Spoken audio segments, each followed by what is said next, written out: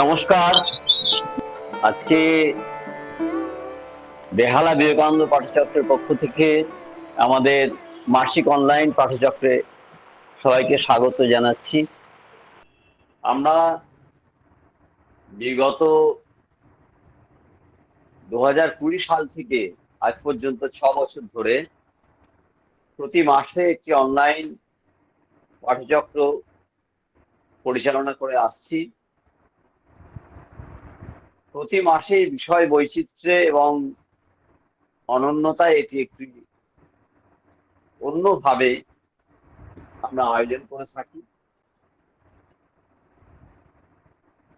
বৈশাখ, 25শে বৈশাখ আমরা জানি আধুনিক ভারতের তথা বিশ্বের অন্যতম শ্রেষ্ঠ কবি রবীন্দ্রনাথ ঠাকুরের জন্মদিন। সেই সঙ্গে এই বৈশাখ মাসের বৈশাখী পূর্ণিমায় প্রাচীন ভারতের আর এক মনীষী তথা প্রাচীন বিশ্বের অন্যতম শ্রেষ্ঠ যে পুরুষ ভগবান বুদ্ধের আবির্ভাব এবং পরিনির্বাণ দিবস বৈশাখী পূর্ণিমায়। তো প্রাচীন বিশ্বের সঙ্গে আধুনিক বিশ্বের মেলবন্ধনে আমরা একসাথে যুক্ত করে আজকের বিষয় রেখেছি রবীন্দ্র চেতনায় গৌতম বুদ্ধ। বিশ্বকবি রবীন্দ্রনাথের চেতনায় ভগবান বুদ্ধদেব বাড়ি বাড়ি নানাভাবে এসছেন। আজ এ বিষয়ে আমাদের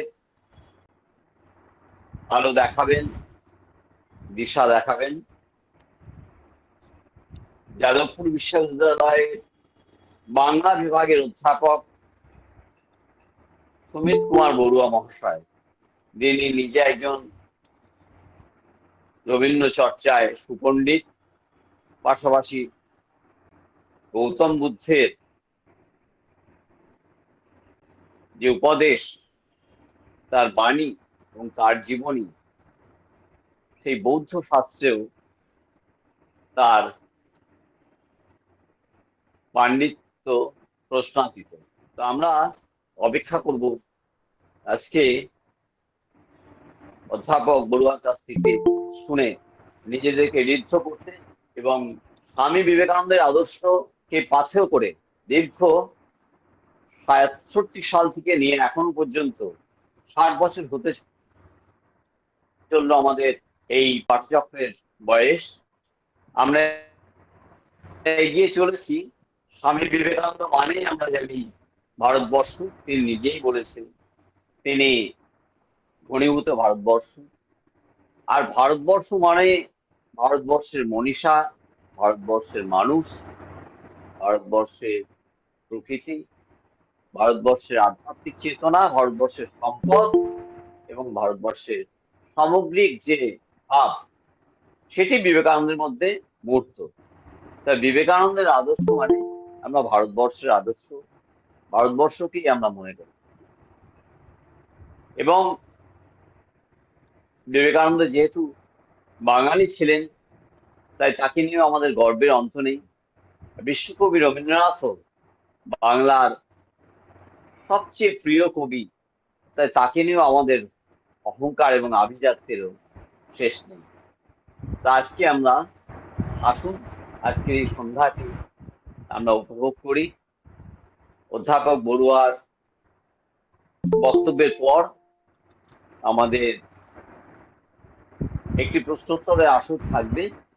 সেই প্রশ্নোত্তরে একদম বিষয় ভিত্তিক প্রশ্ন থাকবে, মানে যা আলোচনা আজকে করা হবে সেই আলোচনার উপরই প্রশ্ন যেন সীমাবদ্ধ আমরা রাখতে চেষ্টা করব।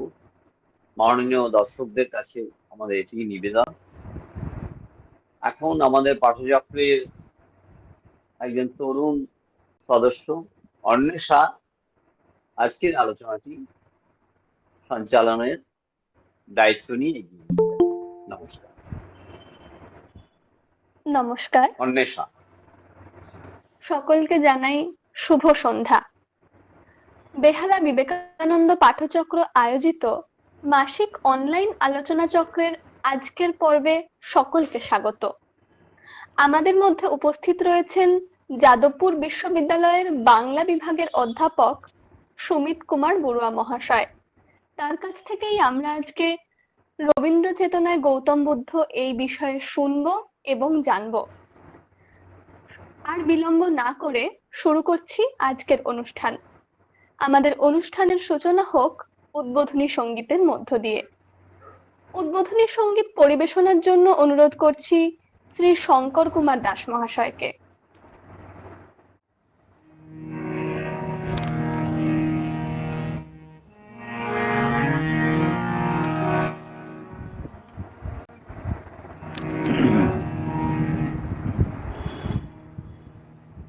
ভেঙেছো দুয়ার, এসেছো জ্যোতির্ময়, তোমারই হোক জয়। ভেঙেছো দুয়ার, এসেছো জ্যোতির্ময়, তোমারই হোক জয়।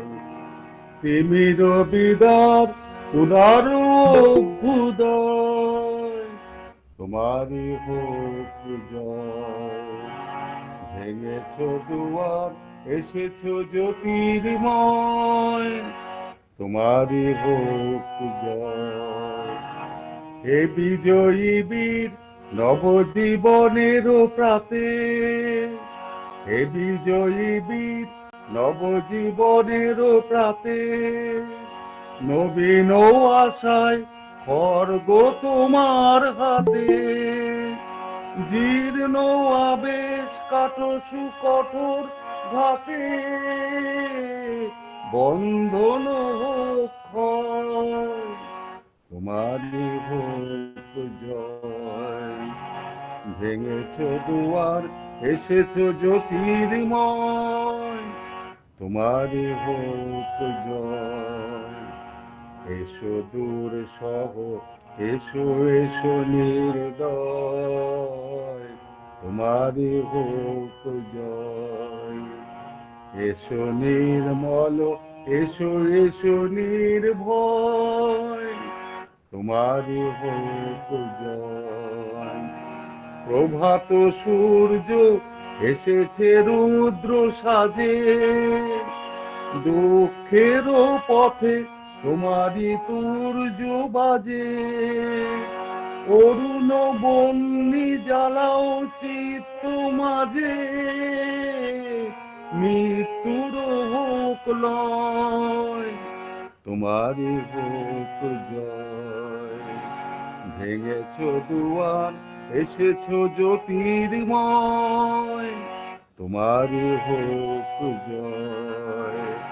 ভেঙেছো দুয়ার, এসেছো জ্যোতির্ময়, তোমারই হোক জয়।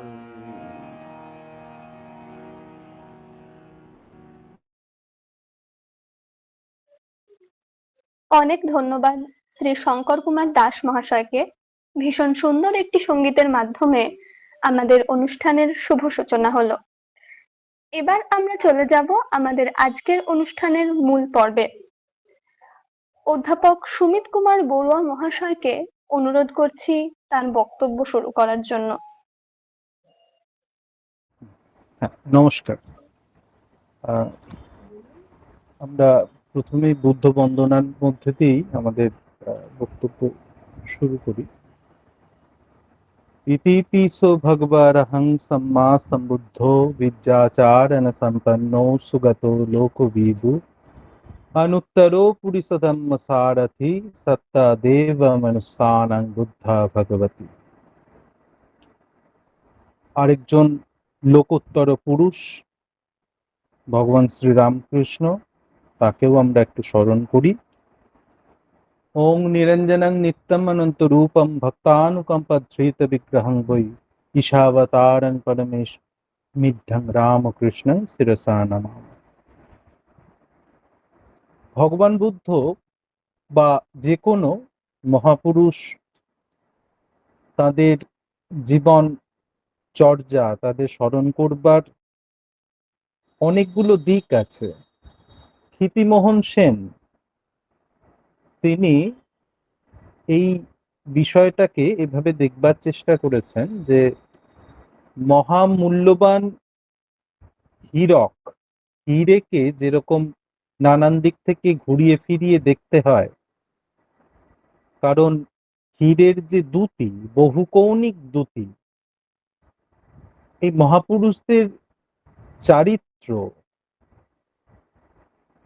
তার বৈশিষ্ট্যের মধ্যেই এই বহুদিক থেকে আলো ফেলে দেখবার বিষয়টা খুব জরুরি হয়ে ওঠে। কারণ আমরা নানান দিক থেকে যদি দেখতে চাই, তাহলে তাদের যে উদ্দেশ্য, উদ্দেশ্য কি না, বহুজন হিতায় বহুজন সুখায় চ, বহুজনের হিতের জন্য, বহুজনের সুখের জন্য তাদের যে জীবনচর্যা, তপশ্চর্যা, সেগুলোকে জানতে পারবো।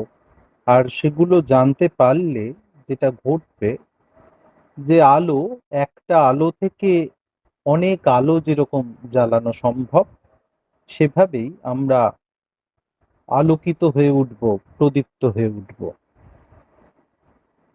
আমাদের এই আজকের আলোচনা, যেখানে ভগবান বুদ্ধ তার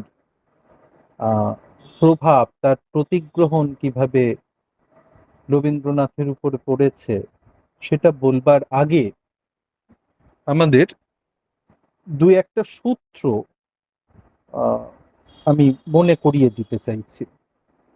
আহ, এই ধর্তাই বা খেই এর জন্য আমরা আহ, যদি আমাদের ঊনবিংশ শতাব্দীর সামাজিক ইতিহাসের দিকে তাকাই, আসলে সামাজিক ইতিহাস একই সঙ্গে রাজনৈতিক ইতিহাস, একই সঙ্গে ধর্মীয় ইতিহাস, সমস্ত কিছুর সঙ্গেই যুক্ত। সেদিকে যদি তাকাই, তাহলে এই আহ, বৌদ্ধ চর্চার যে ইতিহাস নতুন করে ঊনবিংশ শতাব্দীর দ্বিতীয় ভাগ থেকে যে প্রসারিত হলো, এটা কেবলমাত্র বিচ্ছিন্ন একটি ঘটনা নয়, এর সঙ্গে স্বভাবতই আহ হিন্দু পুনরুত্থানবাদী যে আন্দোলন, কেউ কেউ এটাকে রিভাইভাল বলছেন, কেউ বা এটাকে রেস্টোরেশন বলছেন, যাই হোক না কেন, এই ধারা যুক্ত বৌদ্ধ চর্চা, চর্যার যে ধারা বিকশিত হয়েছিল, এটাকে মোটামুটি আমরা তিনটে ভাগ করে নিতে পারি। একটা ভাগ আহ সাজাত্যবোধ তার উদ্বোধনের মধ্যে দিয়ে, জাতীয়তাবোধ তার উদ্বোধনের মধ্যে দিয়ে সেটা সূচিত হয়েছে। এই ধারার মধ্যে যারা চর্চা করছেন, আহ, সেখানে অবশ্যই বঙ্কিমচন্দ্র চট্টোপাধ্যায় রয়েছেন, ভূদেব মুখোপাধ্যায় রয়েছেন, স্বামী বিবেকানন্দকেও এই ধারায় বুদ্ধ চর্চার পথিক হিসেবে দেখব, নিবেদিতা রয়েছেন। আবার আরেকটা ধারা, সেই ধারার মধ্যে সেই ধারাকে আমরা গবেষণাধর্মী ধারা বলতে পারি, সেখানে রামদাস সেন রয়েছেন, হরপ্রসাদ শাস্ত্রী রয়েছেন, বা তার গুরু রাজেন্দ্রলাল মিত্র রয়েছেন, এরা রয়েছেন। আরেকটা ধারা, এটাকে আমি বিশেষভাবে আহ চিহ্নিত করতে চাইছি ব্রাহ্মপন্থী ধারা হিসেবে। এই ধারার যিনি সূচনা করেছিলেন রামমোহন রায়, তারপরে দেবেন্দ্রনাথ ঠাকুর, তারপরে কেশবচন্দ্র সেন প্রমুখ, এই সূত্র ধরেই আমরা রবীন্দ্রনাথের কাছে পৌঁছব। খুব সংক্ষেপে কারা কারা ব্রাহ্ম ধারার মধ্যে দিয়ে আসছেন সেটা একটু জেনে নেওয়া প্রয়োজন। যখন বৌদ্ধ ধর্ম সম্পর্কে আহ আগ্রহ রামমোহন রায়ের তৈরি হলো, সেটার পিছনে অবশ্যই যে কারণ, সেটা হচ্ছে ব্রাহ্ম ধর্ম এই তাকে প্রতিষ্ঠা করতে হবে, এই তাগিদ তিনি অনুভব করেছিলেন। এবং আমাদের তো দর্শনের ধারা তো এটা রয়েইছে যে আহ, আমি কোনো প্রস্থান যদি তৈরি করতে চাই, নতুন কোনো ধারা, তাহলে আমার পূর্ববর্তী ধারার বা ঐতিহ্য সম্পর্কে জানতে হবে এবং সেই পূর্ববর্তী ঐতিহ্যকে শিকরণ করে, শুধু শিকরণ করলে তো হবে না, কেন নতুন একটা ধারা আমরা চাইছি সেটা তৈরি করতে গেলে যে পূর্বপক্ষকে, তার মতকে খণ্ডন করতে হবে, সেই খণ্ডনের জন্য বৌদ্ধ বিদ্যা চর্চা জরুরি হয়ে পড়ে। এবং সেই কারণে রামমোহন রায় বৌদ্ধ ধর্ম সম্পর্কেও চর্চা শুরু করেন। কিন্তু সেই সময় আহ, তিনি বাংলায় তেমন ভাবে কোনো বৌদ্ধ প্রতিষ্ঠান বা ধারা দেখতে পাননি। তিনি তিব্বতে গেছিলেন, হ্যাঁ, এবং বজ্রসূচি বলে মহাযানী বৌদ্ধদের যে পাঠ্য, সেটা অনুবাদও করেছিলেন। তারপরে আমরা মহর্ষি দেবেন্দ্রনাথ ঠাকুরকে পাব। দেবেন্দ্রনাথ ঠাকুরও খুব গুরুত্বপূর্ণ, তার কারণ তিনি সিংহলে আহ, তার ছেলে সত্যেন্দ্রনাথ ঠাকুরকে নিয়ে গেছিলেন এবং সেই সঙ্গে নিয়ে গিয়েছিলেন কেশবচন্দ্র সেনকে। আমরা এই আহ, শুরুতেই শুনলাম বৈশাখী পূর্ণিমায় ভগবান বুদ্ধের জন্ম এবং মহাপরিনির্বাণের কথা। ভগবান বুদ্ধের বোধিলাভের দিনও কিন্তু একই, এই বৈশাখী পূর্ণিমা। এই তিনটে তিথি, তিনটে গুরুত্বপূর্ণ ঘটনা ওই একই দিনে ঘটছে।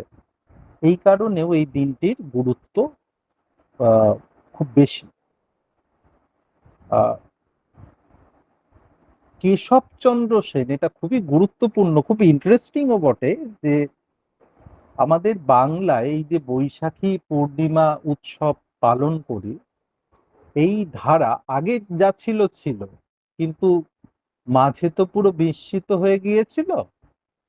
এই ধারাটা যিনি প্রবর্তন করছেন তার নাম আহ কেশবচন্দ্র সেন। কোনো বৌদ্ধ এই ধারা প্রবর্তন করেননি। এটা কেশবচন্দ্র সেন প্রথম বাংলায় আবার সেই সংস্কৃতিটা ফিরিয়ে এনেছিলেন। এটা খুব গুরুত্বপূর্ণ একটা ঐতিহাসিক তথ্য। এবার দেবেন্দ্রনাথ ঠাকুরের সূত্র ধরে তার, তিনি যে পত্রিকা চালালেন তত্ত্ববোধিনী পত্রিকা, সেখানে প্রকাশ পাচ্ছে বৌদ্ধ ধর্ম সম্পর্কে লেখা। এবং সেই সূত্রে আমরা আহ অক্ষয় কুমার দত্ত, আহ, তিনিও লিখছেন। দ্বিজেন্দ্রনাথ ঠাকুর, জ্যোতিরিন্দ্রনাথ ঠাকুরও কিছু চর্চা করেছেন। সত্যেন্দ্রনাথ ঠাকুর 1900 আহ 1901 খ্রিস্টাব্দে তার বিখ্যাত বই বেরোচ্ছে বৌদ্ধ ধর্ম, হ্যাঁ। কেশবচন্দ্র সেনের কথা তো আমি বললামই। এবং কেশবচন্দ্র সেন আহ ভক্তিবাদের দিক থেকে খুব গুরুত্বপূর্ণ একটা ভূমিকা নিয়েছিলেন। আহ, সেই দিকে আমি আজকে যাচ্ছি না। আহ, কেশবচন্দ্রের ভাই কৃষ্ণ বিহারী সেন, তাঁরও ভূমিকা রয়েছে। আহ, এর পাশাপাশি আমরা প্রতাপচন্দ্র মজুমদার, যিনি স্বামী বিবেকানন্দ এবং অনাগারিক ধর্মপালের সঙ্গে শিকাগো ধর্ম মহাসভায় বক্তৃতা দিয়েছিলেন, তিনি চর্চা করেছেন। গৌর গোবিন্দ রায় চর্চা করেছেন এবং কেশবচন্দ্র সেনের মেয়ে সুনীতি দেবী, তিনিও চর্চা করেছেন। এবং বৌদ্ধ চর্চার ইতিহাসে ব্রাহ্মদের মধ্যে সাধু অঘোরনাথ গুপ্ত, তার ভূমিকাও খুব গুরুত্বপূর্ণ। বিনয়েন্দ্রনাথ সেন বা মহেশচন্দ্র ঘোষ, এদের কথাও আমরা স্মরণ করতে পারি। বলেন্দ্রনাথ ঠাকুর, তিনিও রয়েছেন। চারুচন্দ্র বসু রয়েছেন। শরৎ কুমার রায় রয়েছেন। এর পাশাপাশি আমরা আহ, দেখব যে জাতীয়তাবাদী ধারায় যেখানে আহ জাতীয়তা অখণ্ড প্রতিফরূপে বৌদ্ধ যুগের নির্মাণ হচ্ছে এবং বৌদ্ধ যুগের যিনি আহ মুখপাত্র বলা যেতে পারে, মুখ, বিশ্বের কাছে ভারতবর্ষের মুখ হিসেবে যাকে তুলে আনা হচ্ছে, তিনি বুদ্ধ। বঙ্কিমচন্দ্র সেটা স্বীকার করছেন এবং এরই পাশাপাশি আমরা দেখব বা তার পরবর্তী সময় রবীন্দ্রনাথ তিনি বুদ্ধ চর্চার নতুন করে সূত্রপাত ঘটাচ্ছেন, এটা বলাই যায়। এবং আমাদের এই তথ্যগুলো খুবই চেনা, যেখানে 1904 খ্রিস্টাব্দে রবীন্দ্রনাথ বুদ্ধগয়ায় যাচ্ছেন। সেখানে 4 অক্টোবর বুদ্ধগয়ার যে মহাবোধি মন্দির বা মূল গন্ধকুটি বিহার, সেখানে তিনি বুদ্ধ মূর্তির দর্শনে যাচ্ছেন। সঙ্গে ছিলেন জগদীশচন্দ্র বসু, সিস্টার নিবেদিতা, স্বামী সদানন্দ, ব্রহ্মচারী অমূল্য, যদুনাথ সরকার। এর পরে 1909 নাগাদ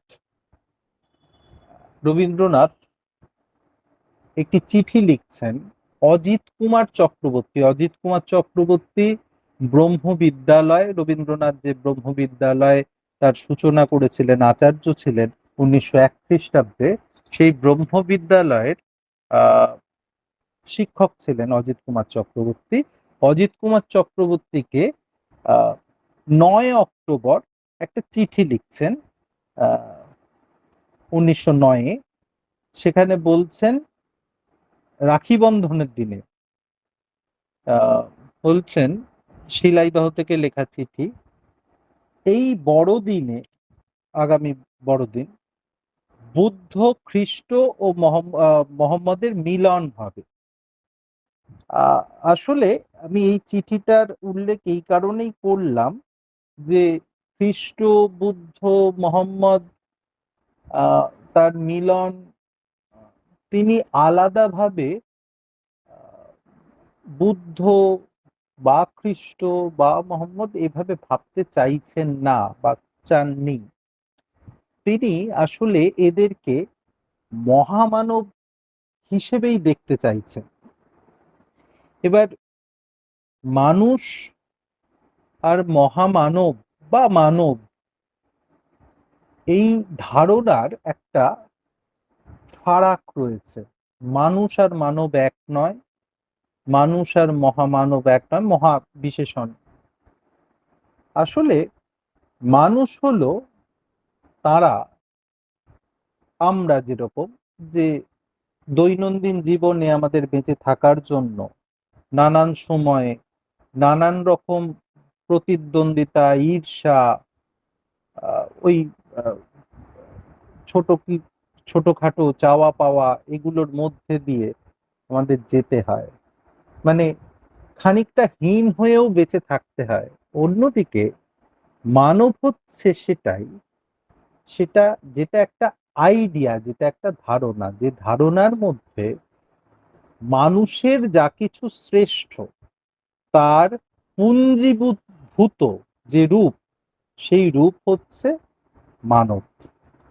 রবীন্দ্রনাথের শেষ দিকের গানে রয়েছে ওই মহামানব আসে, অর্থাৎ এই বিশ্বের সমস্ত মানুষের যা কিছু ভালো, যা কিছু শুভই শোনা, তার পুঞ্জীভূত রূপ যেখানে মূর্ত হয়েছে রামকৃষ্ণদেবের মধ্যে, বিবেকানন্দের মধ্যে, ভগবান বুদ্ধের মধ্যে,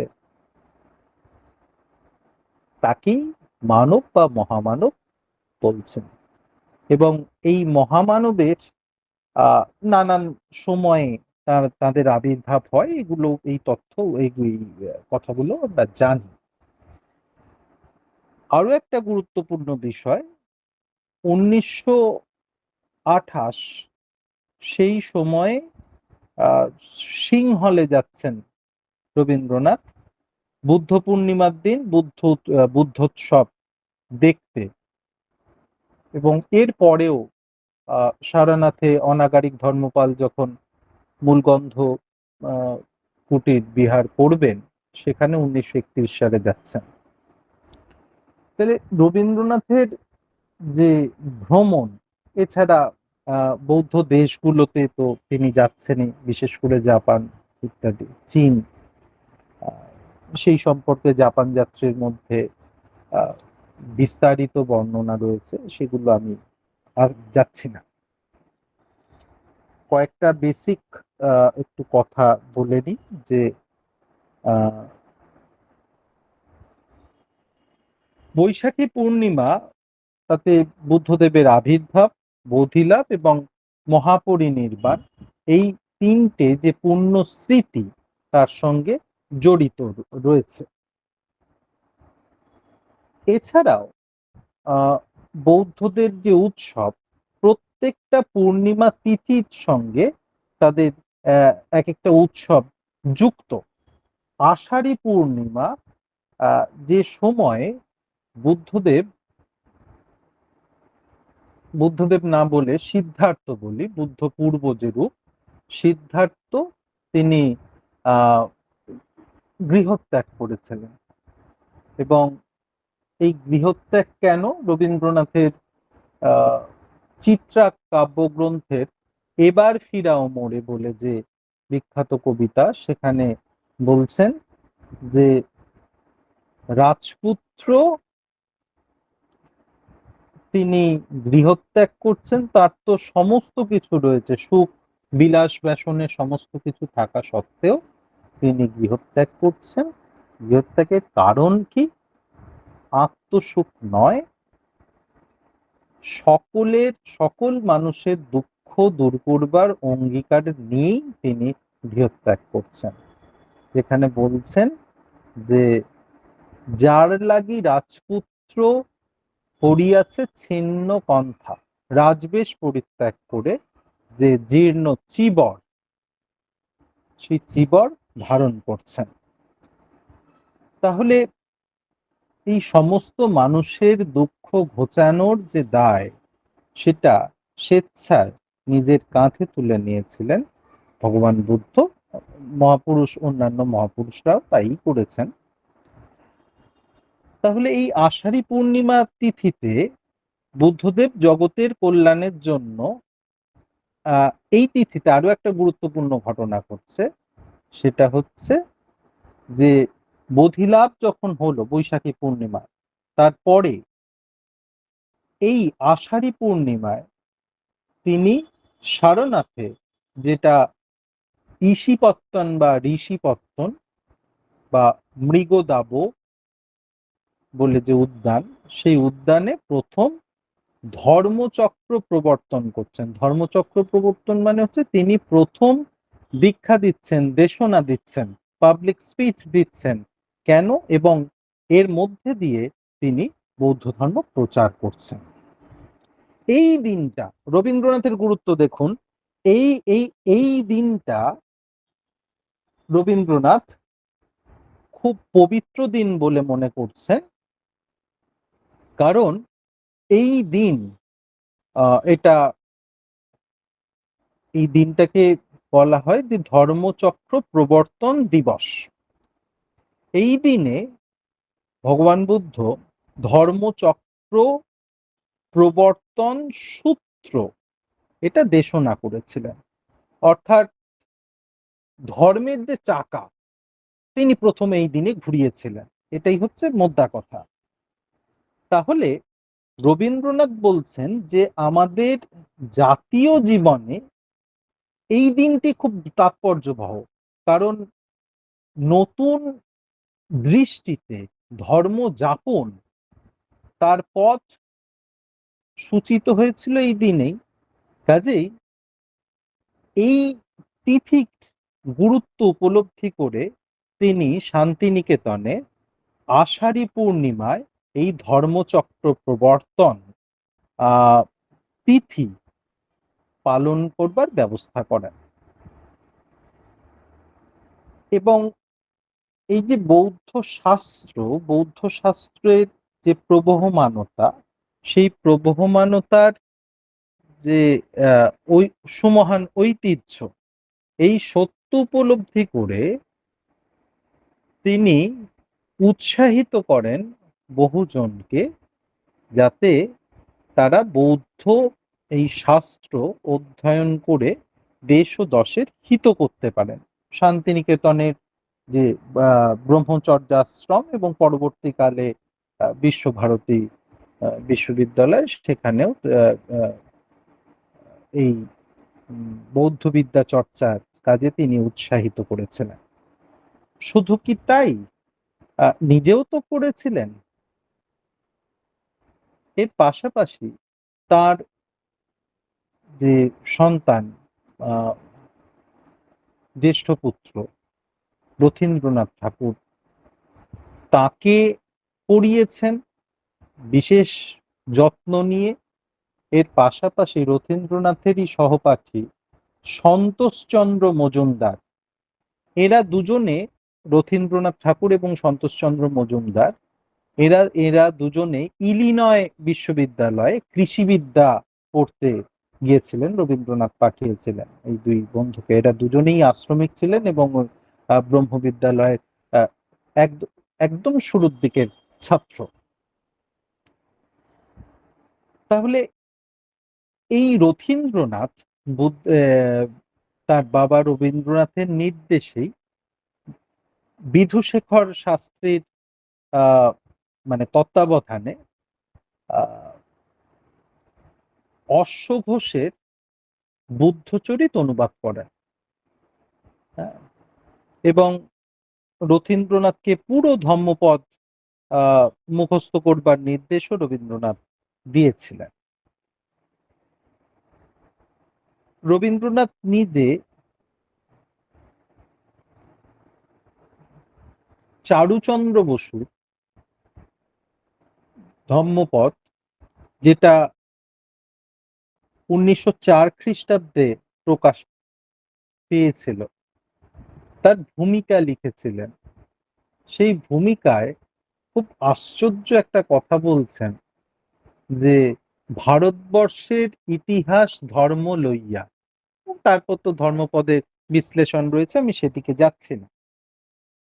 এই বৌদ্ধ দর্শন ধর্মপদেরও রবীন্দ্রনাথ নিজে অনুবাদ করেছিলেন। সেই অনুবাদ কেমন সহজ সরল দেখুন। আপনারে দ্বীপ করি জালো, আপন যাত্রাপথে আপনি দিতে হবে আলো। বুদ্ধবাণীর এই সহজ রূপায়ণ রবীন্দ্রনাথ করেছিলেন।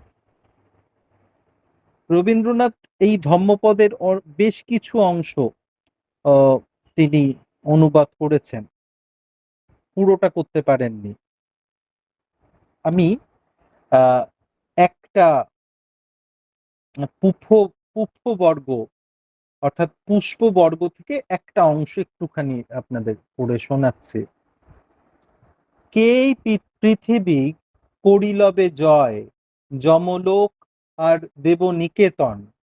ধর্মের পদ নিপুণ হস্তে, কে লবে চুনিয়া ফুলের মতন। শিষ্য জিনিয়া লইবে পৃথিবী, যমলোক আর দেব নিকেতন। নিপুণ শিষ্য ধর্মের পদ, চুনিয়া লইবে ফুলের মতন। অর্থাৎ মালি যেমন ভাবে ঠিক ঠিক ফুল চয়ন করে মালা গাঁথেন এবং সেই মালাটা তার সেই তার ইষ্ট বা তার আরাধ্যের জন্য বা প্রিয়জনের জন্য যেরকম গাঁথেন, ঠিক তেমনি এই মালাকারের মতো আমাদের ঠিক ঠিক কাজ, ধর্মের কাজ, কুশল কর্ম বৌদ্ধ পরিভাষায়, সেই কাজ করতে হবে। সেটাকেই রবীন্দ্রনাথ তার মতো করে অনুবাদ করেছিলেন। এবং আহ, যখন এই ব্রহ্মবিদ্যালয় সূচিত হয়েছে 1901, সেই সময় তপবনের যে ধারণা নিচ্ছেন রবীন্দ্রনাথ, এবং তপবনের ধারণার পাশাপাশি রবীন্দ্রনাথের চিঠিপত্রের মধ্যেই পাওয়া যায় তার শিক্ষা ভাবনায়। সেখানে বারবার তিনি বলছেন যে এই তপবনের আদর্শ বা প্রাচীন যে নালন্দা বিশ্ববিদ্যালয় বা বৌদ্ধ শিক্ষা কেন্দ্রগুলোর আদর্শে তিনি তার এই ব্রহ্মবিদ্যালয় তৈরি করতে চাইছেন। পরবর্তীকালে সেই ব্রহ্মবিদ্যালয় 1922-এ বিশ্বভারতীতে যখন রূপান্তরিত হচ্ছে, সেখানে তো বৌদ্ধ বিদ্যা প্রচলিত হয়েই ছিল। এবং বৌদ্ধ শাস্ত্র চর্চার জন্য তিনি দেশ বিদেশের নানান জনকে উৎসাহিত করেছিলেন। আমরা বিধুশেখর শাস্ত্রীর নাম জানি, ধর্মরত্ন মহাস্থবির সেলভালেভি, প্রবোধচন্দ্র বাগচি, লিন ও চিয়াং, জোসেফ তুৎসি, তান উন শান প্রমুখ বহু মানুষ, বহু পণ্ডিত মানুষ, তারা রবীন্দ্রনাথের উৎসাহে এই বৌদ্ধ বিদ্যায় নিজেদের নিয়োজিত করেছিলেন। এবার রবীন্দ্রনাথের এই বিপুল সৃষ্টি ভান্ডার, তার মধ্যে বেশ কিছু অংশে সেখানে আমরা বৌদ্ধ ভাবনার পরিগ্রহণ বা প্রতিগ্রহণই বলি বা প্রভাবই বলি, সেটা খুব স্পষ্টভাবে দেখতে পাব। এর একটা উৎস আছে, জীবন স্মৃতি। রবীন্দ্রনাথ 1911-এ লিখছেন, 1912-এ প্রকাশ পাচ্ছে। সেখানে রাজেন্দ্রলাল মিত্র বলে যে অধ্যায়, সেই অধ্যায়ে তিনি the Sanskrit Buddhist literature of Nepal এই বইয়ের উল্লেখ করছেন। সেখানে সংস্কৃত পুঁথি থেকে যে কাহিনীগুলো, তার সারাংশ করেছিলেন রাজেন্দ্রলাল মিত্র। সেই কাহিনীগুলোকে রবীন্দ্রনাথ তার মতো করে রূপায়িত করেছেন নানান ভাবেই। তার কথা কাব্যগ্রন্থের অনেকগুলো আখ্যান, সেগুলো বৌদ্ধ আখ্যান, বৌদ্ধ কাহিনী থেকে পাওয়া। শ্রেষ্ঠ ভিক্ষার কথা আমরা জানি, নগরলক্ষ্মীর কথা জানি, মস্তক বিক্রয় বা পূজারিণী, অভিসার, পরিশোধ, সামান্য ক্ষতি, মূল্যপ্রাপ্তি, এইসব কবিতা, তার যে সূত্র, তার কাহিনী, সেগুলো এই বৌদ্ধ কাহিনী থেকেই পাওয়া। পরিশেষ কাব্যগ্রন্থের মধ্যেও আমরা বড়বুদুর পাই, শিয়াম কবিতা পাই। এই কবিতাগুলোর এই নিদর্শনও দেয় যে কেবল ভারতবর্ষে নয়, বৌদ্ধ ধর্ম যে বিশেষ করে দক্ষিণ পূর্ব এশিয়ায় যে ছড়িয়ে পড়েছিল, যে কারণে স্যার এডউইন আর্নল্ড বুদ্ধকে বলছেন লাইট অফ এশিয়া, সেই ধারাগুলো, এই কবিতাগুলো তার প্রমাণও বটে। এবং এই এশিয়া, দক্ষিণ পূর্ব এশিয়ায় কি ধর্ম, কি শিল্প, কি ভাস্কর্য, সমস্ত ক্ষেত্রে সাহিত্য রচনার ক্ষেত্রে বৌদ্ধ ধর্মের প্রভাব, সেটা সর্বজনবিদিত। বুদ্ধ জন্মোৎসব বলে যে কবিতা তিনি লিখছেন, বা বুদ্ধদেবের প্রতি বা প্রার্থনা গান লিখছেন, সেগুলো আমরা জানি। পুনশ্চ কাব্যগ্রন্থের মধ্যে আমরা সাপমোচন বলে যে কবিতা পাবো, বা পত্রকূটের মধ্যে 17 সংখ্যক যে কবিতা আমরা পাবো, নবজাতকের মধ্যে বিখ্যাত এবং বিতর্কিত বুদ্ধ ভক্তি, অর্থাৎ ওই দ্বিতীয় বিশ্বযুদ্ধের যে প্রেক্ষাপটে আহ, জাপান যখন অস্ত্র সম্ভার শানাচ্ছে, আহ, রবীন্দ্রনাথ ব্যঙ্গ করে সেই কবিতাটা লিখছেন। আহ, এবং জন্মদিনে একেবারে শেষ 1940-এ, তার কিছুদিন বাদেই তিনি মারা যাবেন, 6 সংখ্যক কবিতা, সেখানেও আমরা বৌদ্ধ আহ, ভাবনা সেটাকে পাবো। এই উম, রবীন্দ্রনাথ নিজে কৌলিকভাবে তো ব্রাহ্ম রবীন্দ্রনাথ স্বাভাবিকভাবেই আহ ঔপনিষদিক যে ভাবধারা তাতে দীক্ষিত। উপনিষদের যে জ্ঞান কাণ্ড, জ্ঞান চর্চা, আহ যুক্তিগ্রাহ্যতার কথা, তার সঙ্গে স্বভাবতই আহ বৌদ্ধ দর্শনের একটা নিবিড় যোগ আমরা দেখব। রবীন্দ্রনাথও সেই দিকে ইঙ্গিত দিয়েছেন। এবং আহ উপনিষদের যে মন্ত্রবাণী আর বুদ্ধবাণী, তার সাযুজ্য তার ভাবনার মধ্যে প্রকাশ পেয়েছে। নটির পূজার মধ্যে আমরা যেটা দেখতে পাই যে ভিক্ষুদের আহ, গানের মধ্যে দিয়ে আহ, যে প্রার্থনা, সেই প্রার্থনা আসলে রবীন্দ্রনাথের নিজেরই। আমি একটু অংশ বলছি। সকল কলুষ তামস হর, জয় হোক তব জয়, অমৃত বাড়ি সিঞ্চন করো, নিখিল ভুবনময়। এই বিশেষণগুলো লক্ষ্য করুন: মহা শান্তি, মহাক্ষেম, মহাপুণ্য, মহাপ্রেম।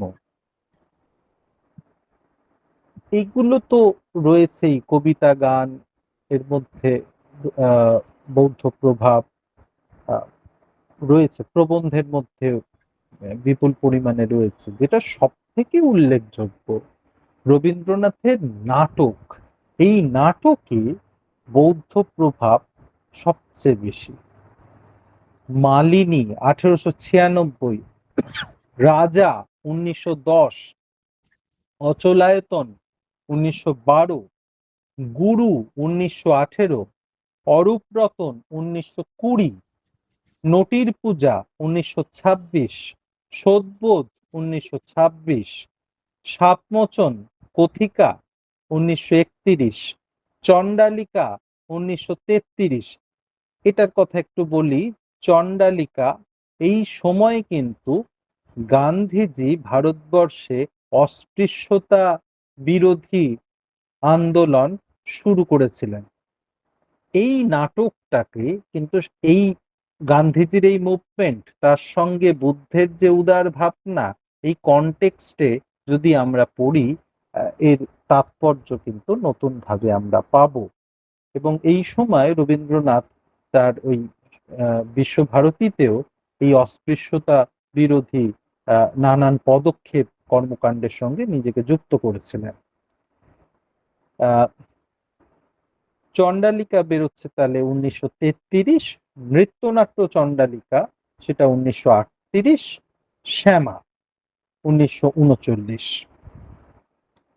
এবার এই এতগুলো নাটক, তার কাহিনী, বৌদ্ধ আহ এবং তার মধ্যে দিয়ে রবীন্দ্রনাথ যে বার্তা দিতে চাইছেন, সেই বার্তার মধ্যে বৌদ্ধ ভাবধারা প্রকাশ পেয়েছে।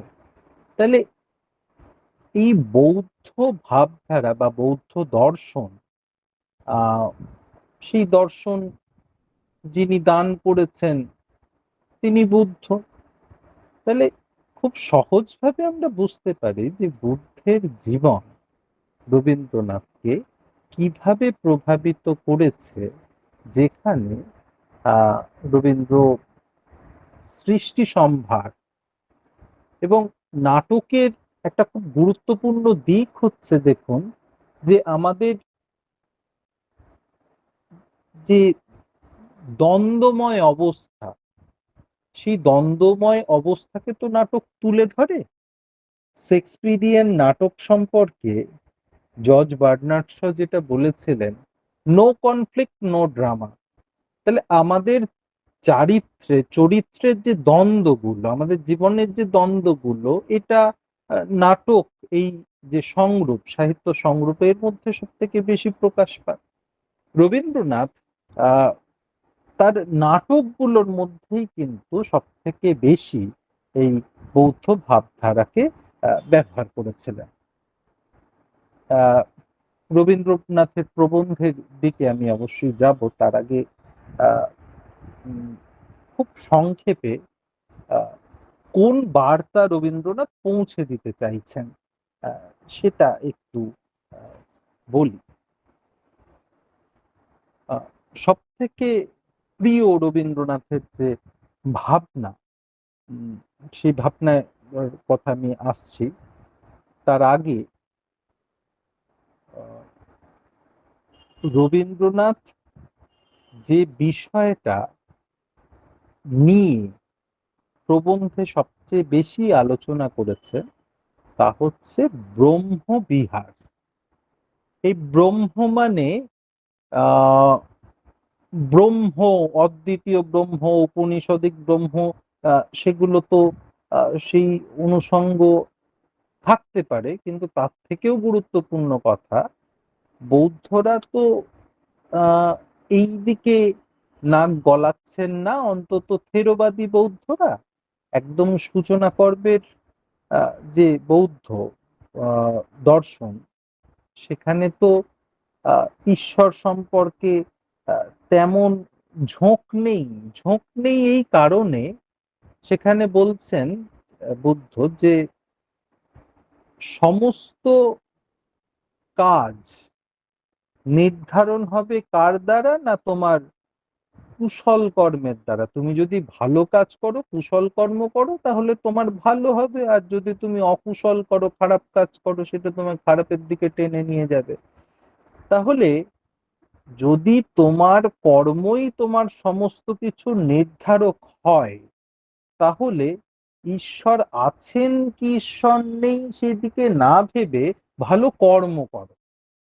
আহ একটু খেয়াল করে দেখুন, খুব কিন্তু আলাদা নয়। যখন রামকৃষ্ণদেব বিদ্যাসাগরের সঙ্গে দেখা করছেন, বিদ্যাসাগরের যে আহ বক্তব্য ছিল, আমার কাছে কেন, আমি তো ঈশ্বর সম্পর্কে আগ্রহী নই, কিন্তু রামকৃষ্ণদেব তাকে বলছেন তোমার যে ওই সুকর্ম, কুশল কর্ম, সেটা তুমি করছো, সেটাই তো ঈশ্বর ভজনা। যাকে আমি সেই দিক থেকে আহ, আমাদের এই প্রসঙ্গে চলে আসি। এই ব্রহ্মবিহার, ব্রহ্ম কথাটার মানে হচ্ছে শ্রেষ্ঠ। হ্যাঁ, আহ তাহলে শ্রেষ্ঠ অবস্থায় বিহার করা, থাকা। হ্যাঁ, আহ এটাকে কেউ ওই ব্রহ্মের ওই কনটেক্সটেও ভাবতে পারে, আবার এই শ্রেষ্ঠত্বের দিক থেকে ভাবতে পারে। আমি বৌদ্ধ কনটেক্সটে যেহেতু বলছি, কাজেই এটা শ্রেষ্ঠ অবস্থা বা পরম অবস্থা, অ্যাবসোলিউট স্টেট অফ মাইন্ড, যেটা বৌদ্ধ পরিভাষা সেটাকে নির্বাণ বলছে। আমি খুব সংক্ষেপে আহ, আহ, একটু বৌদ্ধ দর্শনটা একটু ছুঁয়ে যেতে চাইছি। সেখানে আহ এই জীব জগতের মূল সমস্যাটা কি? সমস্যা হচ্ছে দুঃখ। দুঃখ থেকে উত্তরণ দরকার, দুঃখ থেকে মুক্তি দরকার। এটাকে বৌদ্ধরা বলছেন বা বুদ্ধ বলছে চতুরার্য সত্য। সেই বা আর্য সত্য, সেটা কি? দুঃখ, সমুদয়, নিরোধ, মগ্ন। তাহলে জন্মগ্রহণ যখন মানুষ করছে, সে নানান প্রতিকূলতার মধ্যে দিয়ে তাকে জীবনযাপন করতে হচ্ছে, দুঃখ। এবার এই দুঃখ, তার অনেক ধরন রয়েছে, অনেক তার প্রকার, সমুদয়। হ্যাঁ, ধরুন আমি যাকে দেখতে পারি না বা পছন্দ করি না, তাকে আমি দেখছি, এটাও দুঃখ। আমি আমার প্রিয়জনকে দেখতে পাচ্ছি না সামনে, সেটাও দুঃখ। মানে দুঃখের নানান ধরন। আমি ভালো কিছু করতে চাইছি, করতে পারছি না, সেটাও দুঃখ। নানান ধরনের দুঃখের অবস্থা রয়েছে। দুঃখ, সমুদয়, নিরোধ, অর্থাৎ দুঃখকে আমরা কিন্তু যদি চাই তাকে সিজ করতে পারি, তাকে আমরা রুখে দিতে পারি। নিরোধ, তাকে আটকানো সম্ভব। আর সেই আটকাতে গেলে যে পথ, সেইটা হচ্ছে মগ্গ বা মার্গ, পথ। এবার এই পথ যদি আমরা পেতে চাই তাহলে কি করতে হবে? এই পথটা কি? পথ, বুদ্ধ বলছেন চরম পথ। সেই চরম পথ কি বা পরম পথ, যেভাবেই ভাববেন, সেটা হচ্ছে নির্বাণ। নির্বাণ মানে কি? নিঃবাণ, নি মানে না, বাণ মানে হচ্ছে তৃষ্ণা। আবার ফিরে আসি, দুঃখের কারণ কি? তৃষ্ণা। আমাদের যে এই বৌদ্ধ পরিভাষায় বলছে তণহা বা তৃষ্ণা, এটা ডিজায়ার, আমাদের আকাঙ্ক্ষা, সেটাই দুঃখের কারণ। একটা আকাঙ্ক্ষা আমাদের আরেকটা আকাঙ্ক্ষায় নিয়ে যাচ্ছে, সেই আকাঙ্ক্ষা আরেকটার দিকে নিয়ে যাচ্ছে। এই যে ভাবনাটা, কার্য কারণ তত্ত্ব, সেইটা বৌদ্ধ পরিভাষায় বলে প্রতীত্য সমুৎপাদ তত্ত্ব বা পটিচ্চ সমুৎপাদ। আহ আমি সেদিকে যাচ্ছি না। তাহলে এই চতুরার্য সত্য, সেখান থেকে যে মার্গ, পথটা কি? পথটা হচ্ছে আর্য অষ্টাঙ্গিক মার্গ, এই সৎ বাক্য, সৎকর্ম, সৎ চিন্তা, সৎ আজীব, এই ইত্যাদি ইত্যাদি, সেখানে সৎ সমাধি। তাহলে এই এই দিকে যাচ্ছে। আহ এবং এই পথে কোথায় পৌঁছবে? না নির্বাণ বা পরম পথ। হ্যাঁ, সেখানে পৌঁছানো সম্ভব। এবার এই যে চরম বা পরম যে পথ, সেখানে যেতে গেলে আহ ধাপে ধাপে যেতে হবে। এখানে আহ এই নির্বাণের পথকে চারটে ভাগে ভাগ করা হয়: শ্রোতাপত্তি, আহ শ্রোতাপন্ন, সকদাগামী, অনাগামী, অর্হৎ। সেই দিকে আমি সেই জটিলতার দিকে আমরা যাচ্ছি না। আমরা এই ব্রহ্মবিহার, রবীন্দ্রনাথ যেটা আলোচনা করেছেন, সেই দিকে আমরা যেতে চাইছি। সেই ব্রহ্মবিহারটা কি? শ্রেষ্ঠ পদে থাকা, পরম ভাবে থাকা। তার চারটে ভাগ রয়েছে। প্রথম হচ্ছে মৈত্রী, দ্বিতীয় হচ্ছে করুণা, তৃতীয় হচ্ছে মুদিতা, এবং চতুর্থ হচ্ছে উপেক্ষা। চতুর্থ হচ্ছে একদম গুরুত্বপূর্ণ, ওটা একেবারে টেকনিক্যাল বা একেবারেই সেই সাধকের পর্যায়ে, চতুর্থের অবধি যাওয়ার প্রয়োজন পড়বে না। আমাদের মূল যে ফোকাস, সেটা হচ্ছে প্রথম এবং দ্বিতীয়। চারটে কি জিনিস একটু বলি। প্রথম, মৈত্রী। মৈত্রী হচ্ছে, খুব সহজ ভাবে যদি বলতে চাই, মৈত্রী হচ্ছে ভালোবাসা, অর্থাৎ প্রেম। তারপরেরটা কি? করুণা, কম্প্যাশন। যারা দুঃখ দুর্দশায় রয়েছে তাদের প্রতি অনুকম্পা দেখানো, তাদেরকে সেবা করা। হ্যাঁ, তাহলে যারা তোমার থেকে দুর্বল তাদের প্রতি যে অনুকম্পা সম্পন্ন হবে, সেটাই হচ্ছে করুণা। এবার মুদিতা হচ্ছে, তুমি তোমার প্রিয়জনের জন্য, তার আনন্দে সুখে তুমি উল্লসিত হবে, তুমি নিজের সুখে উল্লসিত হবে, খুব স্বাভাবিক কথা। কিন্তু মুদিতা হচ্ছে, তুমি যখন সকল প্রাণীর, এমনকি যে তোমার চূড়ান্ত ক্ষতি করতে চায়, তার সুখেও সুখী হবে, তার দুঃখেও দুঃখী হবে, এটা হচ্ছে মুদিতা গুণ।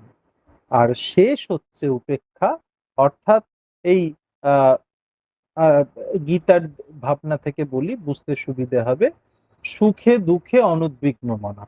এই যে স্টেট, এটা হচ্ছে ফাইনাল স্টেট। এটা হচ্ছে আহ উপেক্ষা। কিছুতেই কিছু এসে যায় না, সমস্ত কিছুর উপরে। হ্যাঁ, এই অবস্থা।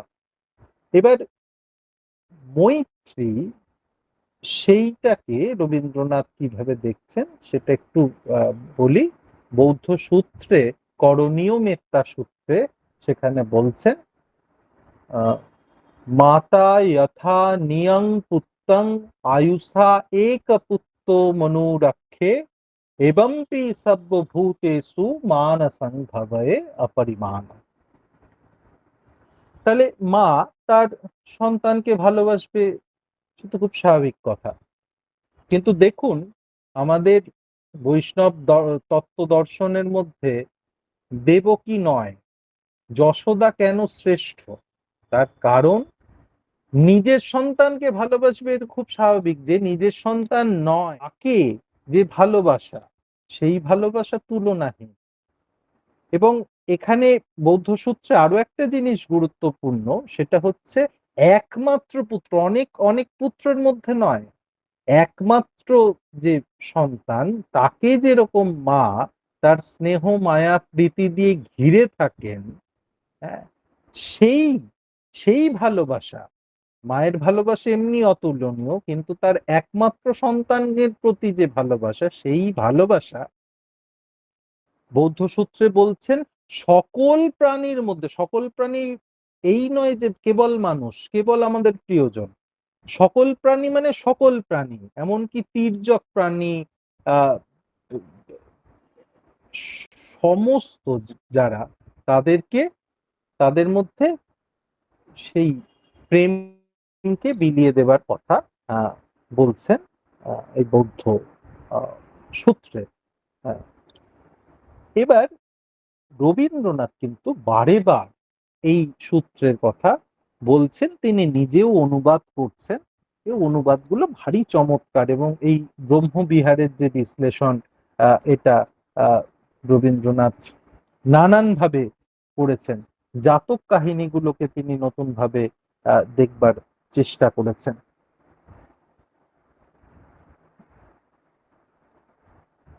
1935 খ্রিস্টাব্দে রবীন্দ্রনাথ বুদ্ধদেব বলে একটা প্রবন্ধ লিখছেন। সেখানে তিনি বুদ্ধদেবকে বলছেন, অন্তরের মধ্যে সর্বশ্রেষ্ঠ মানব। আমি শুরুতেই বলেছিলাম মানুষ আর মানব এক নয়। বুদ্ধদেবকে তিনি বলছেন অন্তরের মধ্যে সর্বশ্রেষ্ঠ মানব। এবং আমি একটু রবীন্দ্রনাথ থেকে পড়ছি, যেখানে তিনি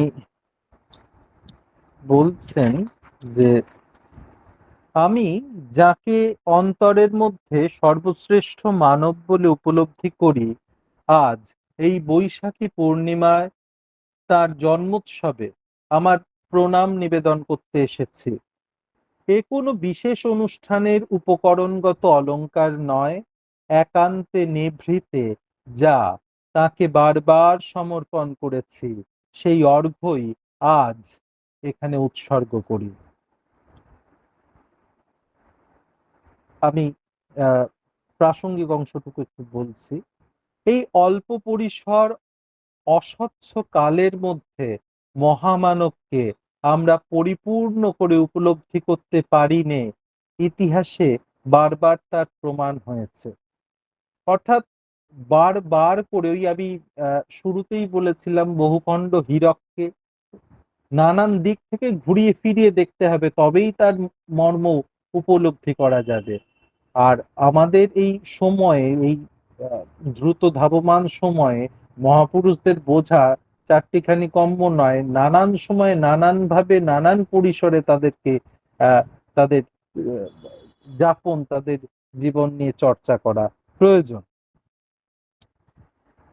বলছেন সাধারণ লোকালয়ের মাঝখান থেকে তার অলৌকিকত্ব তাদের মনে প্রতিভাত হবার অবকাশ পায়নি। তাই মনে করি সেদিনকার প্রত্যক্ষ ধাবমান ঘটনাবলীর অস্পষ্টতার মধ্যে তাকে যে দেখিনি, সে ভালোই হয়েছে।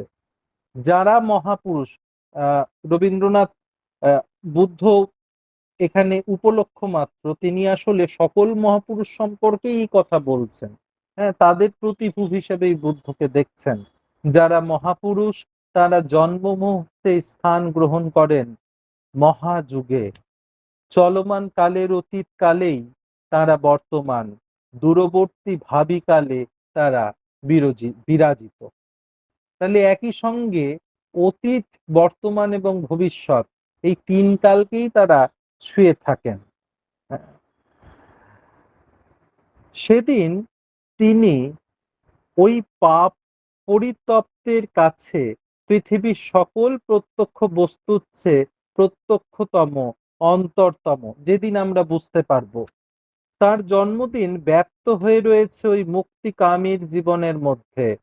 সেদিন যে আপন মনুষ্যত্বের গভীরতম আকাঙ্ক্ষার দীপ্ত শিখার সম্মুখে দেখতে পেয়েছে তাকে, যিনি নরোত্তম। এই বুদ্ধ কেন কেন রবীন্দ্রনাথ আহ, তার প্রতি এত আগ্রহ?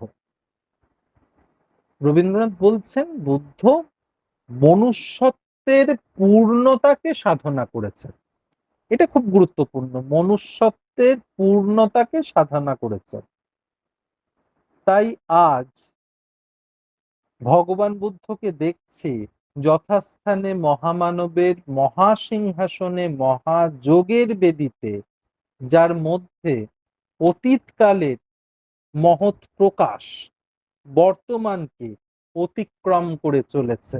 মানে নিত্যকালে বুদ্ধ বিরাজিত, এটাই রবীন্দ্রনাথের অভিপ্রায়। আপনার চিত্তবিকারে, আপন চরিত্রের অপূর্ণতায় পীড়িত মানুষ আজও তাঁরই কাছে বলতে আসছে বুদ্ধের শরণ কামনা করি। এবং এই যে নিত্যকালের মধ্যে বুদ্ধের প্রকাশ, এইটাকে রবীন্দ্রনাথ কিভাবে দেখছেন দেখুন। ভারতবর্ষের মুখ হিসেবে তিনি বলছেন, ভগবান বুদ্ধ তপস্যার আসন থেকে উঠে আপনাকে প্রকাশিত করলেন। তার সেই প্রকাশের আলোতে সত্য দীপ্তিতে প্রকাশ হলো ভারতবর্ষের। মনের ইতিহাসে তার চিরন্তন আবির্ভাব ভারতবর্ষের ভৌগোলিক সীমা অতিক্রম করে ব্যপ্ত হলো দেশে দেশান্তরে। এই যে বিশ্ব ধর্মের দিকে এগিয়ে গেল বৌদ্ধ ধর্ম। এবং এটা রবীন্দ্রনাথ তো বলছেনই, সুনীতি কুমার চট্টোপাধ্যায় থেকে আহ আহ যারা বঙ্কিমচন্দ্র আছেন সকল তাত্ত্বিক এটা বলছেন যে আমাদের আহ হিন্দু এবং বৌদ্ধ ধর্ম এই দুটো ধর্মের বিশিষ্টতা এই জায়গায় যে এরা যে যেখানে গেছেন তাদের ধর্ম প্রচার করতে, সেখানকার সভ্যতা সংস্কৃতিকে বিন্দুমাত্র তাকে আঘাত না করে, তাকে লুপ্ত না করে, সেই সংস্কৃতিকে গ্রহণ করেই নিজের যে দীপ্তি, নিজের ভাবনাকে সেখানে ছড়িয়ে দিয়েছেন। এটা বারবার এই দিকটা কথা সুনীতি কুমার চট্টোপাধ্যায় প্রমুখরা তুলে ধরেছেন, রবীন্দ্রনাথ তুলে ধরেছেন। তার জাপান যাত্রী পড়লেই বিষয়টা আমাদের কাছে স্পষ্ট হবে। একদম শুরুতে আমি বলেওছিলাম যে এই মানবের কথা বলছেন, পূজার বেদিতে আবির্ভূত হন মানব শ্রেষ্ঠ, মানবের শ্রেষ্ঠতাকে উদ্ধার করবার জন্য। তাহলে আমাদের ভিতরে, প্রত্যেকের ভিতরে যে মানবের আইডিয়া, যে ধারণা রয়েছে, সেই ধারণা জাগবে কাদের মধ্যে দিয়ে? এই মহামানবদের মধ্যে দিয়ে। আমি আবার রবীন্দ্রনাথের থেকে পড়ছি, ভগবান বুদ্ধ একদিন রাজ সম্পদ ত্যাগ করে তপস্যা করতে বসেছিলেন, যে সে তপস্যা সকল মানুষের দুঃখ মোচনের সংকল্প নিয়ে। এই তপস্যার মধ্যে কি অধিকার ভেদ ছিল? কেউ ছিল কি ম্লেচ্ছ? কেউ ছিল কি অনার্য? তিনি তার সবকিছু ত্যাগ করেছিলেন দীনতম মূর্খতম মানুষেরও জন্যে। তার এই তপস্যার মধ্যে ছিল নির্বিচারে সকল দেশের সকল মানুষের প্রতি শ্রদ্ধা, মৈত্রীর কথা দেখুন এখানে রয়েছে, যেটা কিছুক্ষণ আগেই বললাম।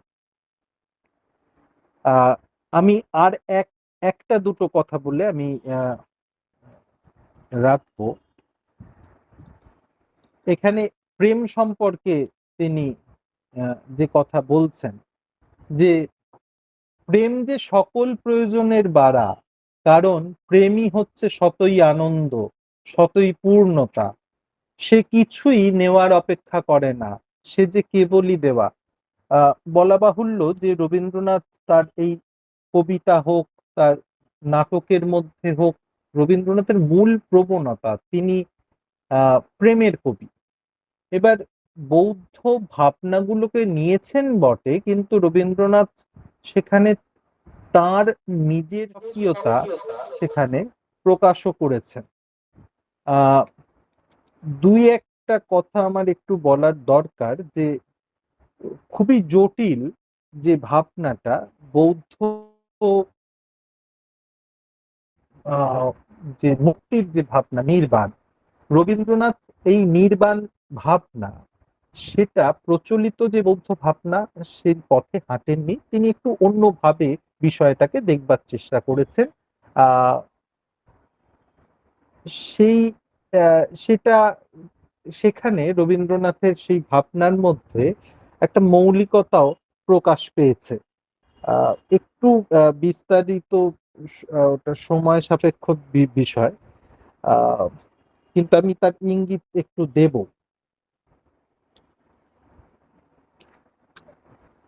এবার বৌদ্ধ দর্শন, এই সমগ্র বৌদ্ধ দর্শনকে তিনটে শব্দের মধ্যে ধরে ফেলা যায়: শীল, সমাধি, প্রজ্ঞা।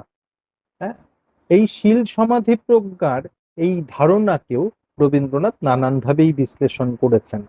রবীন্দ্রনাথের যেটা মূল যে প্রতিপাদ্য, সেটা এই যে তার বিখ্যাত প্রবন্ধ তত্ত্ববোধিনী পত্রিকায় বেরিয়েছিল, বৌদ্ধ ধর্মে ভক্তিবাদ। এই এই ভক্তিবাদের মধ্যে তিনি দেখাবার চেষ্টা করছেন যে বৌদ্ধ ধর্ম যুক্তিবাদের ধর্ম,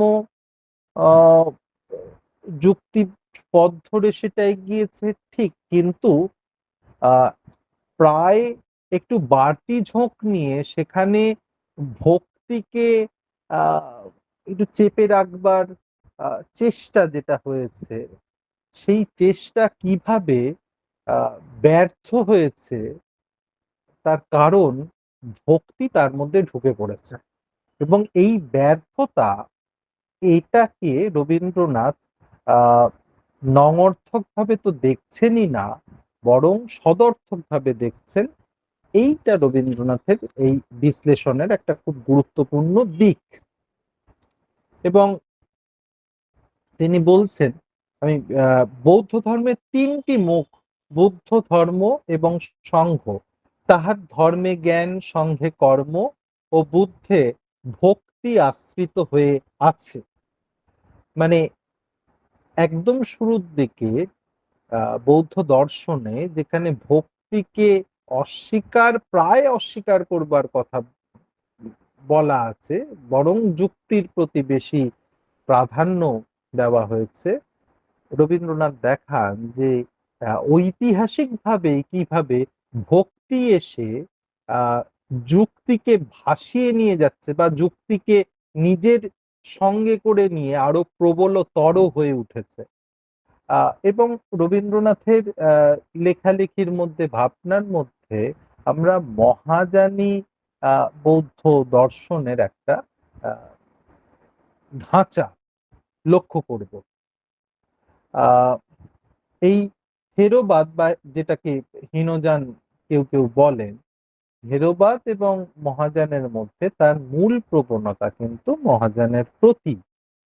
কিন্তু এটাও বিষয় যে তিনি যে মহাযানের কথাগুলো বলছেন তার সমস্ত সূত্র হীনযান বা থেরোবাদের মধ্যেই রয়েছে। বৌদ্ধ ধর্মের মধ্যে দুটো দিক এই থেরোবাদ এবং মহাযানের কথা বলছে।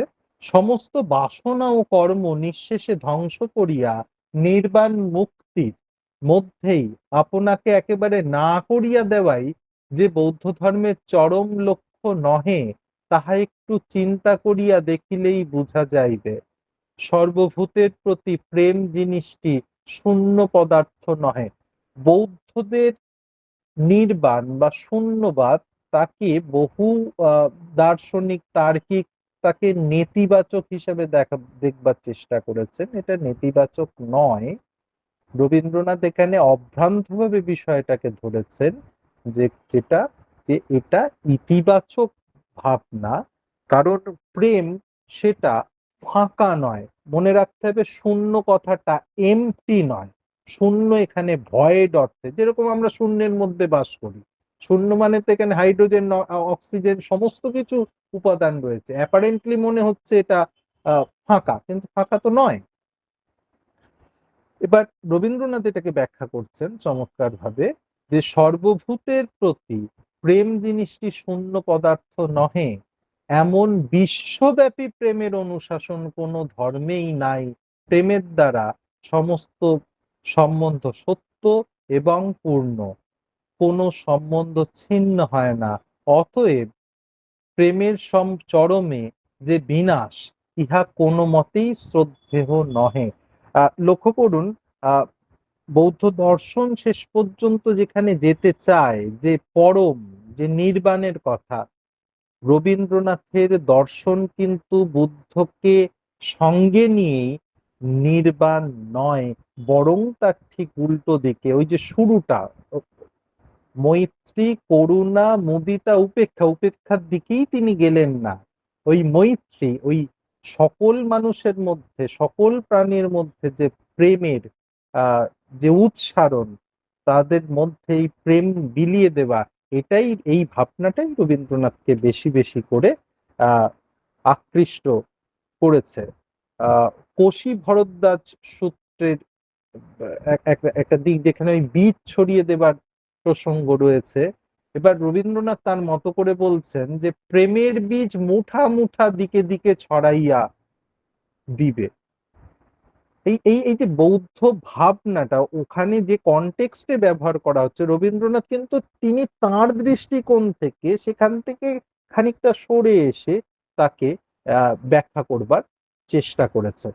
অর্থাৎ আমি বলতে চাইছি যে রবীন্দ্রনাথ তিনি মূলত প্রেমের কবি, এবং তিনি তার এই প্রেম ভাবনার মধ্যে দিয়ে এই বৌদ্ধ দর্শনকে পড়তে চেয়েছেন।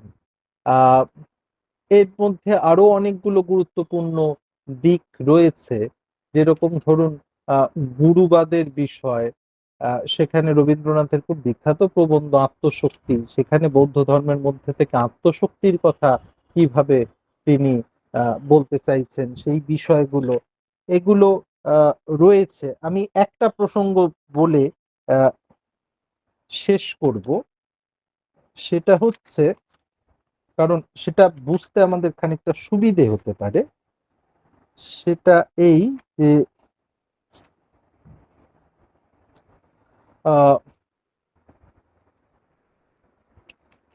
জাতক কাহিনীর মধ্যে, জাতক কাহিনীগুলোকে রবীন্দ্রনাথ কিভাবে পড়বার চেষ্টা করছেন, সেটা দিকে যদি আমরা তাকাই, জাভাযাত্রীর পত্র 19 সংখ্যক পত্র, এটা লিখছেন 1927-এর 26শে সেপ্টেম্বর। আমি একটু পড়ছি। বৌদ্ধ ধর্মের প্রভাবে জনসাধারণের প্রতি শ্রদ্ধা প্রবল হয়ে প্রকাশ পেয়েছে। এর মধ্যে শুদ্ধ মানুষের নয়, অন্য জীবেরও যথেষ্ট স্থান আছে। জাতক কাহিনীর মধ্যে খুব একটা মস্ত কথা আছে। আসলে জাতক কাহিনীর মধ্যে আমরা ডারউইনের বিবর্তনবাদের ইঙ্গিত পাবো। রবীন্দ্রনাথ আসলে সেই দিকেই ইঙ্গিত করছেন যে এটা কোনো গাঁজাখুরি গপ্প নয়, বরং এগুলোর মধ্যে আমাদের বিবর্তনবাদের যে ইতিহাস যুক্ত। কিন্তু ডারউইনের যে বিবর্তনবাদ, সেখানে তো সার্ভাইভাল অফ দি ফিটেস্ট, যোগ্যতমের উদ্বর্তনের কথা, কিন্তু মানুষের মানুষ মানুষ বা মানুষ থেকে মানবের দিকে যাত্রার কথা যেখানে বলা হয়, সেখানে তো কেবলমাত্র ওই নিজের স্বার্থের চরিতার্থতার কথা বলা হয় না, বরং সকলকে নিয়ে চলা, এই মৈত্রীর কথা, সেখানে করুণার কথা, আহ সেখানে মুদিতার কথা গুরুত্ব পাবে। এটাই ভারতবর্ষের ট্র্যাডিশন। রবীন্দ্রনাথ সেটাকে চিহ্নিত করছেন যে আহ, তাতে বলছে যুগ যুগ ধরে বুদ্ধ সর্বসাধারণের মধ্যে দিয়েই ক্রমশ প্রকাশিত। প্রাণী জগতের নিত্যকাল ভালো মন্দর যে দ্বন্দ্ব চলেছে, সেই দ্বন্দ্বের প্রবাহ ধরেই ধর্মের শ্রেষ্ঠ আদর্শ বুদ্ধের মধ্যে অভিব্যক্ত। অতি সামান্য জন্তুর ভিতরেও, অতি সামান্য রূপেই এই ভালোর শক্তি মন্দর ভিতর দিয়ে নিজেকে ফুটিয়ে তুলেছে। তার চরম বিকাশ হচ্ছে অপরিমেয় মৈত্রীর শক্তিতে, আত্মত্যাগে। আত্মত্যাগ, জীবে জীবে লোকে লোকে সেই অসীম মৈত্রী অল্প অল্প করে নানা দিক থেকে আপন গ্রন্থি মোচন করছে। সেই দিকেই মোক্ষের গতি। জীব মুক্ত নয়, কেননা আপনার দিকেই তার টান। সমস্ত প্রাণীকে নিয়ে ধর্মের যে অভিব্যক্তি, তার প্রণালী পরম্পরায় সেই আপনার দিকে টানের পরে আঘাত লাগছে। এই আঘাত যে পরিমাণে যেখানেই দেখা যায়, সেই পরিমাণে সেখানেই বুদ্ধের প্রকাশ। এবং সেই সূত্রেই এখানে বলছেন যে ধর্মেরই প্রকাশ চেষ্টার আলোতে সমস্ত প্রাণীর ইতিহাস বৌদ্ধ ধর্মের প্রভাবে মহিমান্বিত।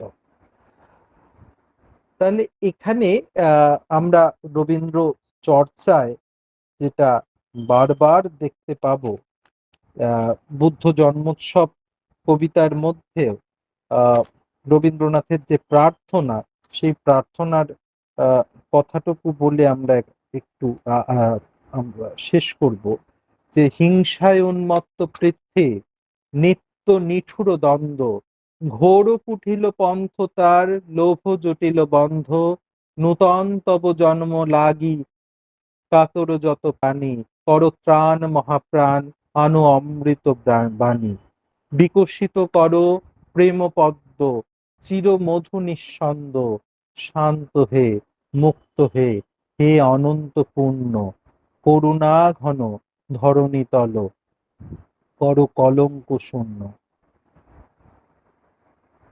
আমরা রবীন্দ্রনাথ এবং বুদ্ধ দুজনের উদ্দেশ্যেই আমাদের নমস্কার জানাই। আপনাদের কাছে আমার অসংখ্য কৃতজ্ঞতা, এতক্ষণ ধরে ধৈর্য ধরে শুনলেন।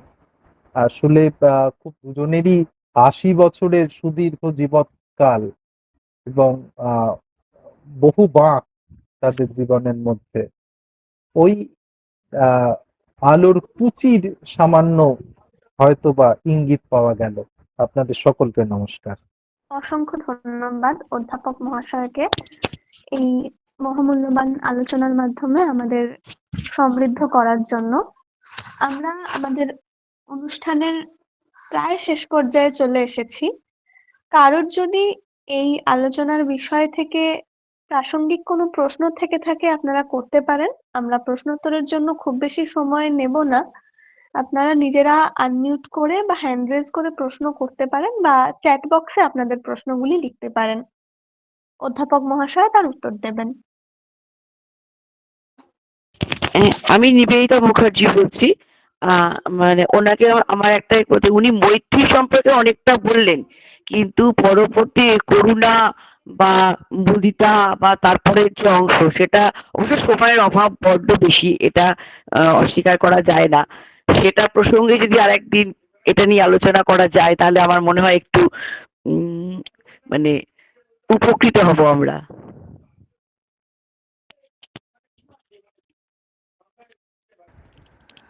হ্যাঁ, আসলে রবীন্দ্রনাথের মূল যে তার ভাবনাটা, সেখানেই এই ব্রহ্মবিহার সম্পর্কে তিনি বিস্তারিতভাবে আলোচনা করেছেন। এবং তার মূল যে ঝোঁক, সেই ঝোঁকটা কিন্তু ওই মৈত্রী, মৈত্রী তার কিছুটা করুণা, তারপরে উপেক্ষা, কিন্তু মূলত ঝোঁক মৈত্রী। এমনকি আপনারা দেখবেন যে চণ্ডালিকা যে নাটক বা নৃত্যনাট্য, সেখানেও মূল যে কাহিনী, সেই কাহিনী থেকে রবীন্দ্রনাথ কিন্তু অনেকটাই সরে এসছেন। সেখানে যেটা মূল চণ্ডালিকার কাহিনী, যেটা রাজেন্দ্রলাল মিত্রের লেখার মধ্যে ছিল, মানে তার সারাংশের মধ্যে ছিল, সেখানে ওই নির্বাণ বা মুক্তি, এই ভাবনাটার উপর মূল ঝোঁকটা ছিল, যে বুদ্ধ কিভাবে ত্রাণ করলেন। কিন্তু রবীন্দ্রনাথ এই চণ্ডালিকার মধ্যে যেটা দেখাবার চেষ্টা করছেন, প্রেমের জয় কি করে হলো, রবীন্দ্রনাথ কিন্তু পুরোটা নিচ্ছেন না। তিনি তার প্রবণতা অনুসারে বৌদ্ধ ধর্মের বিনির্মাণ করছেন। হ্যাঁ, তা মূল ঝোঁকটা ওই মৈত্রীর উপরেই সাধারণত পড়ছে, এবং সেই মৈত্রী কোথাও এই বিশ্ব মৈত্রীর কথা, আবার স্পেসিফিক ক্ষেত্রে, বিশেষ বিশেষ ক্ষেত্রে, বা মূল যে তার ঝোঁক সেটা ওই প্রেমের ক্ষেত্রেই, যে প্রেম একেবারেই নরনারীর বা প্রিয়জনের প্রতি অভিসারের দিককেই ইঙ্গিত করে। আর কারোর কোনো প্রশ্ন থাকলে জানাবেন।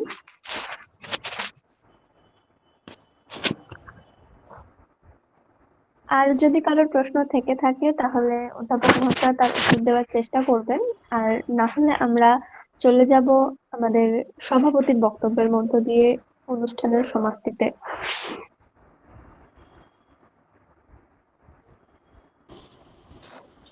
আশা করি আর কারোর কোনো প্রশ্ন নেই।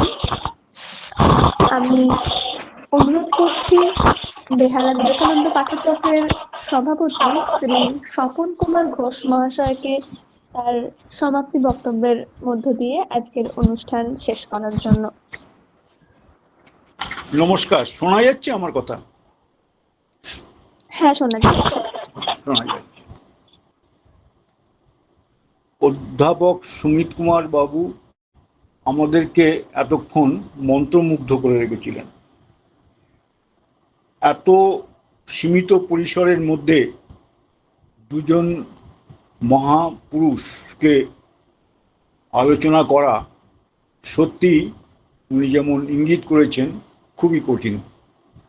তা সত্ত্বেও উনি যে মূল বিষয়গুলো উনি চেষ্টা করেছেন এবং অনেকাংশে করেছেন, ব্যাখ্যা করেছেন, যেটা গল্পের চলে খুব হৃদয়গ্রাহী হয়েছে।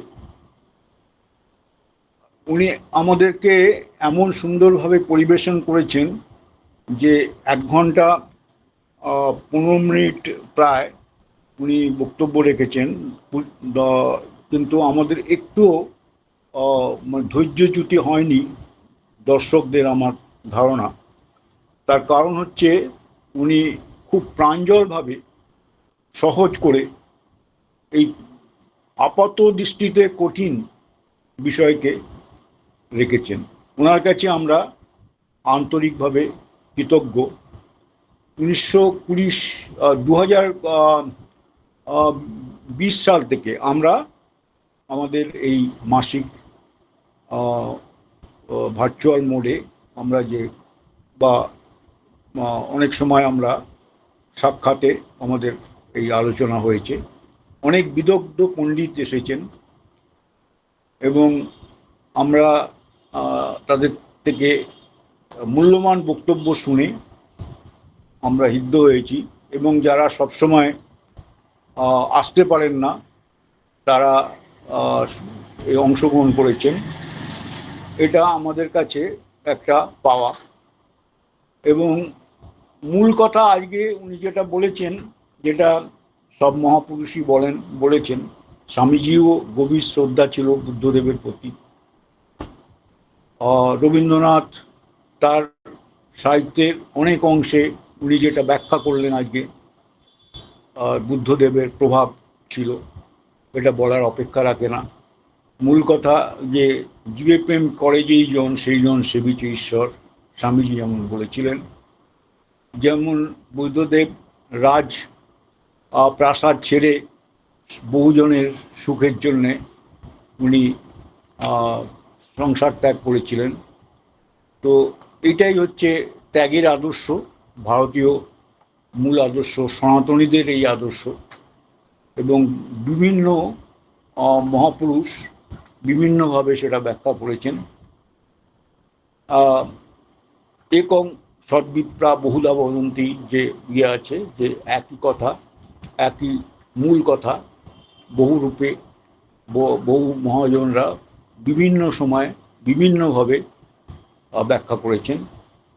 তো আমরা আজকের এই অনুষ্ঠানের একদম শেষে পৌঁছেছি। যারা আজকে এই অংশগ্রহণ করেছেন এই অনুষ্ঠানে, তাদের সকলকে ধন্যবাদ। ধন্যবাদ সুপ্রিয় বাবু এবং তার সুপুত্র সাগ্নিক। তারা যে এই বিষয়টা রচনা করেছেন এবং সুমিত বাবু কে অধ্যাপক বড়ুয়াকে রাজি করিয়েছেন, বা উনি আমাদেরকে যে সময় দিতে পেরেছেন, এটার জন্যে এই দুজন পিতা পুত্র তারাও ধন্যবাদের অংশ, এবং অন্যান্য সদস্যরা যারা সক্রিয়ভাবে সহযোগিতা করেছেন তাদেরকে ধন্যবাদ জানাচ্ছি। এবং আমরা আশা করি অধ্যাপক বড়ুয়া আমাদেরকে এরকমভাবে শুভেচ্ছা জানাবেন, আশীর্বাদ করবেন, ভবিষ্যতেও আমাদের কার্যক্রমে তাকে আমরা আমাদের মধ্যে পাবো, এবং তার সুচিন্তিত মতের মাধ্যমে আমাদেরকে ঋদ্ধ করিবেন। এই বলে আমি সবাইকে আবার ধন্যবাদ জানিয়ে, অধ্যাপক বড়ুয়াকে বিশেষভাবে ধন্যবাদ জানিয়ে, কৃতজ্ঞতা জানিয়ে আমার বক্তব্য শেষ করলাম। এখানেই শেষ হচ্ছে আমাদের বেহালা বিবেকানন্দ পাঠচক্রের আজকের অনুষ্ঠান। সকলকে অনেক অনেক ধন্যবাদ জানাই। শুভরাত্রি।